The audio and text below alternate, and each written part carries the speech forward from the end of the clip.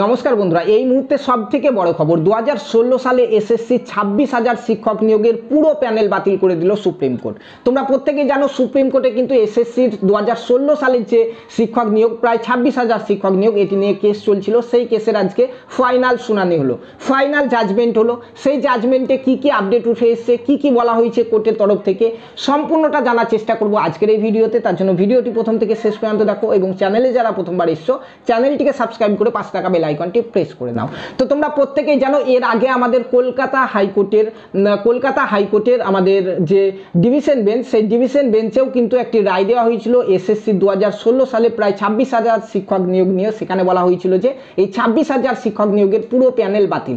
সেরকমই রায় কিন্তু আমাদের সুপ্রিম কোর্টের তরফ থেকেও দেওয়া হলো। সেই একই রায় এখানেও বলা হলো যে 26,000 যে শিক্ষক নিয়োগ 2016 সালে এসএসসি করেছিল, সেই শিক্ষক নিয়োগে অনেকটাই দুর্নীতি হয়েছে, অনেক বেশি দুর্নীতি হয়েছে। সেখানে কারা যোগ্য কারা অযোগ্য এটি যেহেতু পৃথক করা সম্ভব হচ্ছে না, সেই জন্য কিন্তু সেই 26,000 প্রায় 26,000 25,753 জনের যে প্যানেল, সেই প্যানেলটি পুরোপুরি বাতিল করলো। যারা চাকরি করছিল প্রত্যেকের চাকরি কিন্তু বাদ চলে গেল আজকে, ঠিক আছে। পাশাপাশি সুপ্রিম কোর্টের তরফ থেকে এখানে আরও কিছু বলা হয়েছে। সেগুলি কি এখানে বলা হয়েছে, এর পাশাপাশি 3 মাসের মধ্যে নতুনভাবে আবার কিন্তু নিয়োগ করতে হবে এসএসসিকে। 3 মাসের মধ্যে এই যে 26,000 শূন্যপদ, এই শূন্যপদে কিন্তু নতুন করে আবার এসএসসিকে শিক্ষক নিয়োগ করতে হবে। সেই শিক্ষক নিয়োগে কারা কারা বসতে পারবে সেটিও বলা হয়েছে।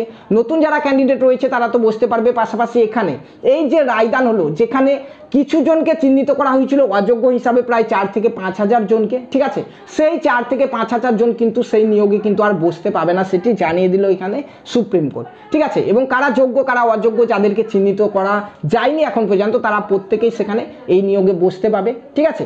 পাশাপাশি অনেকেই রয়েছে যারা এতদিন চাকরি করছিল এবং তাদের বয়স পার হয়ে গেছে। সো নতুন নিয়োগে বসার জন্য তাদের যে বয়সের সময়সীমা দরকার, সেই বয়সের সময়সীমা অনেকের পার হয়ে গেছে।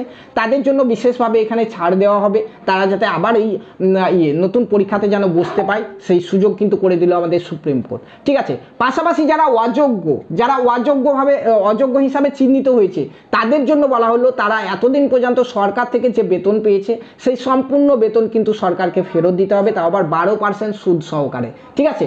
পাশাপাশি এই 3 মাসে সামনে 3 মাসে আবার যে নতুন নিয়োগ হবে, সেই নতুন নিয়োগে কিন্তু এই যারা অযোগ্য ছিল তারা কিন্তু কেউ আর বসতে পাবে না, সেটি কিন্তু জানিয়ে দিল সুপ্রিম কোর্ট থেকে। পাশাপাশি বলা হয়েছে যে সকল চাকরি প্রার্থীরা এখানে চাকরি করার আগে অন্যান্য সরকারি ডিপার্টমেন্টে চাকরি করতো, সেই সব চাকরি ছেড়ে এখানে এই শিক্ষক পদে আর কি যোগ দিয়েছিল, চাকরি পেয়েছিল, তাদের চাকরিগুলো তো শিক্ষক পদ থেকে চলে যাচ্ছে এবং তারা এর আগে সরকারের বিভিন্ন ডিপার্টমেন্টে যেখানে চাকরি করতো সেই সমস্ত ডিপার্টমেন্টে কিন্তু তাদেরকে চাকরি ফিরিয়ে দেওয়া হবে, সেটি বলা হয়েছে, ঠিক আছে।